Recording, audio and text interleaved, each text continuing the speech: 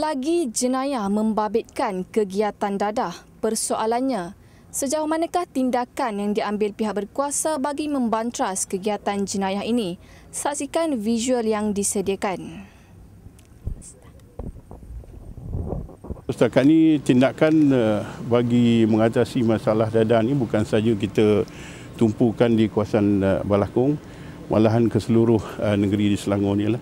So tindakan ini memang secara berterusan kita jalankan tangkapan memang setiap hari, dan sekiranya ada sesuatu maklumat mana kita akan merancang dan kita akan jalankan operasi bersepadu lah, ada melibatkan daripada narkotik sendiri ataupun daripada jenayah dan juga dibantuan tugas-tugas am.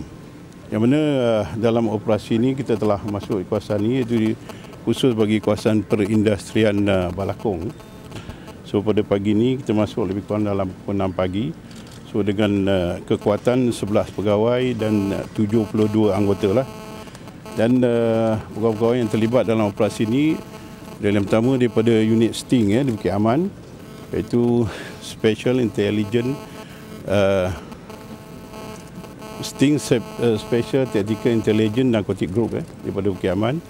Kemudian kekuatan daripada Jabatan Narkotik IPK Selangor sendiri, termasuk dengan daripada Jabatan Narkotik IPD Kajang, dengan dibantu juga oleh anggota tugas am, trafik dan juga anggota daripada jenayah lah, JSJ.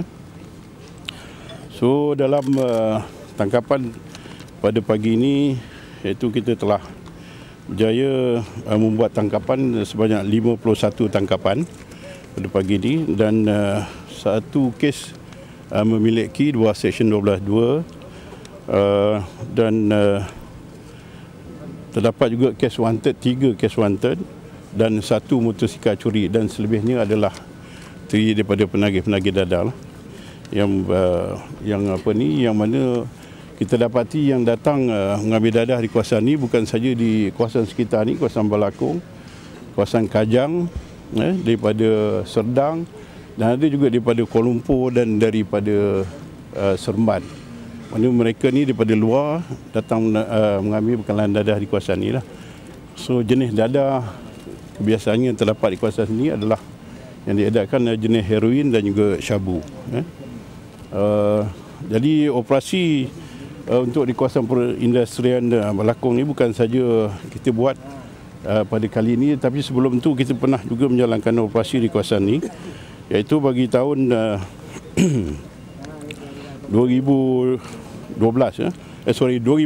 sepanjang tahun 2013 Januari hingga Disember, sebanyak 162 tangkapan yang kita buat di kawasan ini. Itu kes yang memiliki dadah sebanyak 18 tangkapan, dan tangkapan penagih 144.